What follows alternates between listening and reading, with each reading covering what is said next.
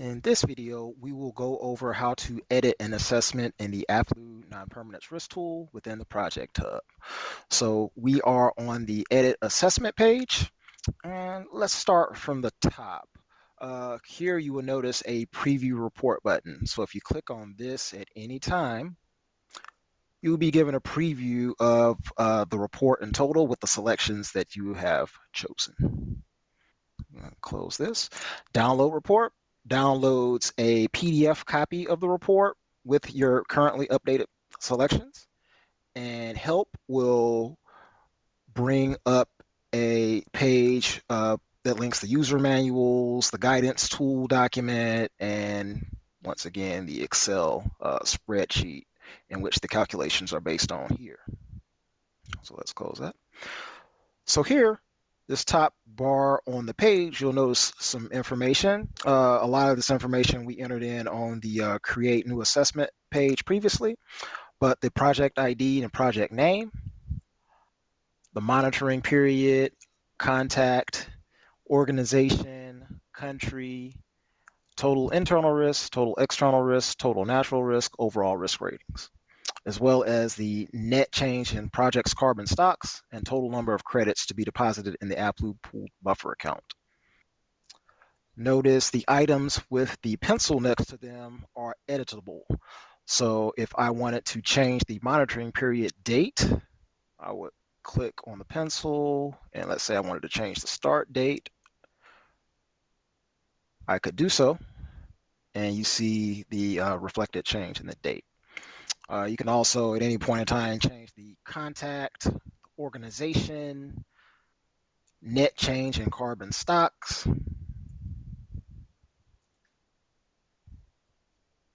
and also country.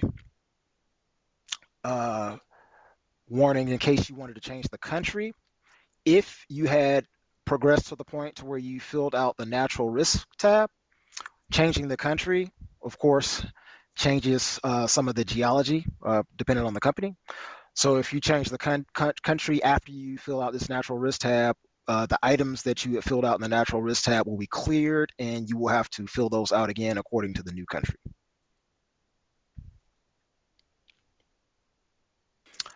So the report itself is broken up into 3 different risk categories: the internal risk, external risk, and the natural risk. And within each one of these tabs, you'll find different sections that need to be accounted for. For instance, in the internal risk tab, the project management, financial viability, opportunity cost, and project longevity sections have to be accounted for. So let's start here on the project management section within the internal risk tab. So to fill out the assessment, we'll start with question 1 here. You'll have to provide a response. So for this question, does the project have an adaptive management plan in place? It includes a monitoring plan. If no, the project fails the risk assessment. If yes, proceed to question 2. So we're going to select yes from the drop-down menu. We have a plan, and you'll notice this icon. This is a file or reasoning icon, and notice it's currently red. That means this icon has currently not been filled out. So each time we answer a question and we see one of these icons, we would need to provide a reasoning typed in text, or we can upload a supporting document. So let's click on this icon, and it will take us to the file reasoning. So here we can type in a reasoning via text, or we can upload a file, or we can do both. So let's type in a reasoning. Our project has a plan, and let's enter in a supporting document.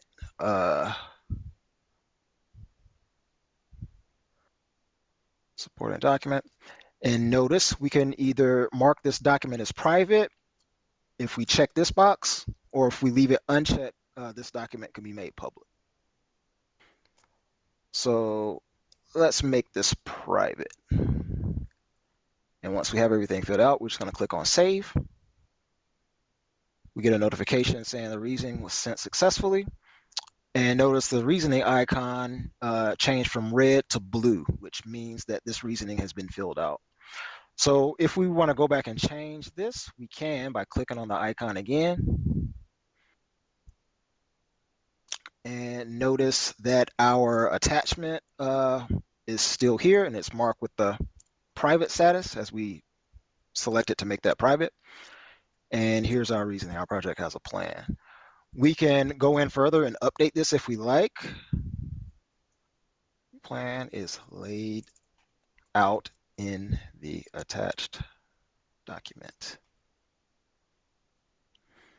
And with this attached document, we can toggle the privacy status. So currently it's private. If we click on private, change it to public, and we click on the Save Privacy Status button, and the status is now public, and our update is saved as well. If we want to delete this document, we can just click on the Delete File button and confirm deletion. Attachment has been successfully removed successfully, and we go back, and the attachment is gone. Click on Cancel here. And we proceed to question 2 and fill it out accordingly. So let's say our project falls under category E for this question. We will check that box.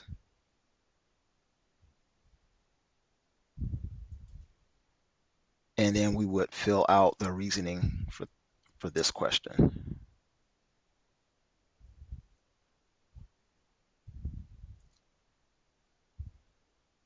And so on. And if you notice at the bottom,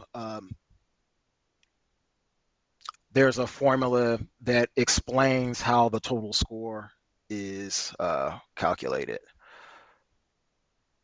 So for this particular section, the project management section, with these 2 entries, a score of 2 is the total here. And of course, this score changes depending on the options that you select. Let's scroll over to the next tab. Oh, before we do, one important thing. After you complete each section, it's very important to click on the Save button. Click on the Save button, you get a message that says Project Management saved successfully, and all your entries are saved. If I don't save and I try to click onto another tab, I will get a notification saying, asking if I want to make my changes. So let's try that. So let's say I wanted to add a mitigation to this section. You fill out the reasoning. And notice once I add this particular mitigation with a score of -2, our score for this particular section changes from 2 to 0. And let's try to go to another tab. Oh, I can't. It says you have unsaved changes. Please save. So let me click on Save again. Save successfully. And now I can go to another section. So this is the external risk tab. Here there's a land tenure and resources access impacts section, stakeholder engagement section, and political risk section. I'd like to just point out on this screen, the political risk is a governance score that is calculated based on the country. So for this particular country, the score is -0.20. So that score falls within this governance score range, giving me a score of 2 for this particular section. And if need be, if the project fell under this category, we could add mitigation. So the third tab is the natural risk tab. So let's go here.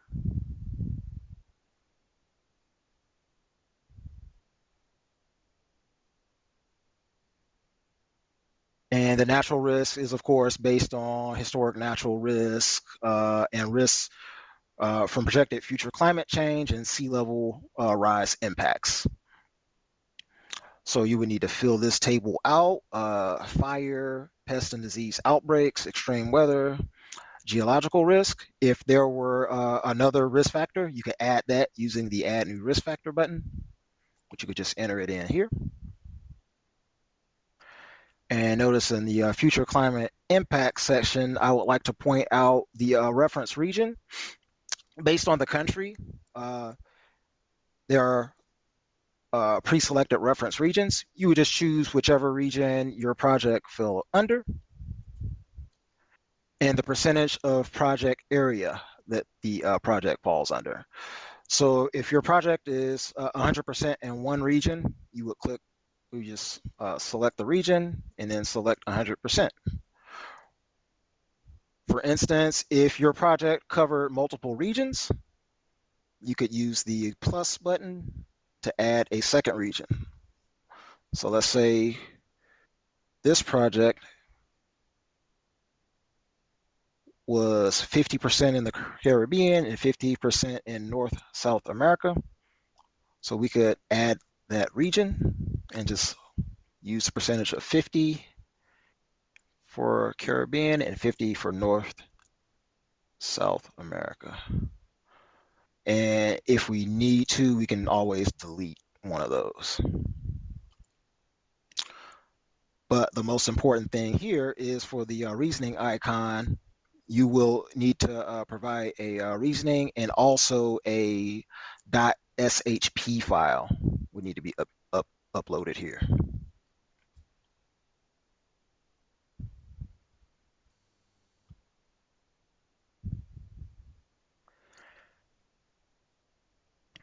And then, of course, we'll fill out the rest of the future climate impact tab. Okay, so now we have our entire assessment form filled out. So we have our total percentages for each section. So after filling out for this project, our total internal risk is 12%, our total external risk is 2%, and our total natural risk is 7.2%.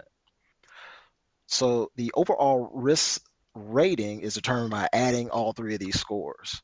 So if I add 12 plus 2 plus 7.2, I get 21.2 as the total.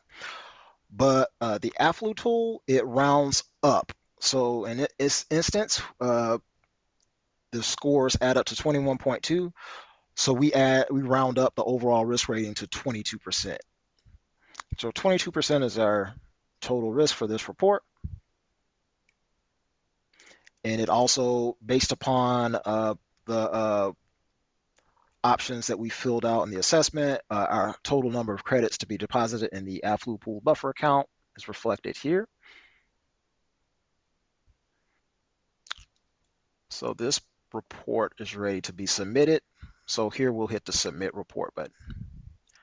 And notice we chose a project ID for this particular report.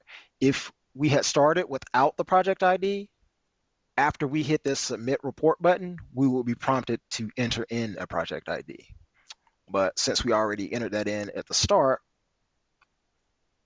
we're not required to do that. So let's go ahead and submit the report.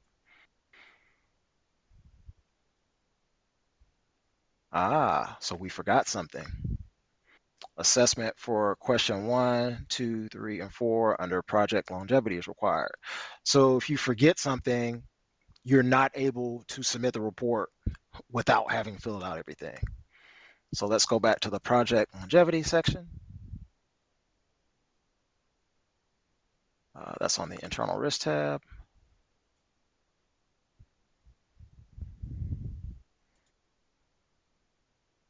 So we'll just fill these out, and we'll just enter in a test reasoning.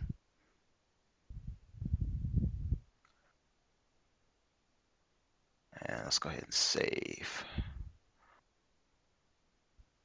So now let's try submit report again.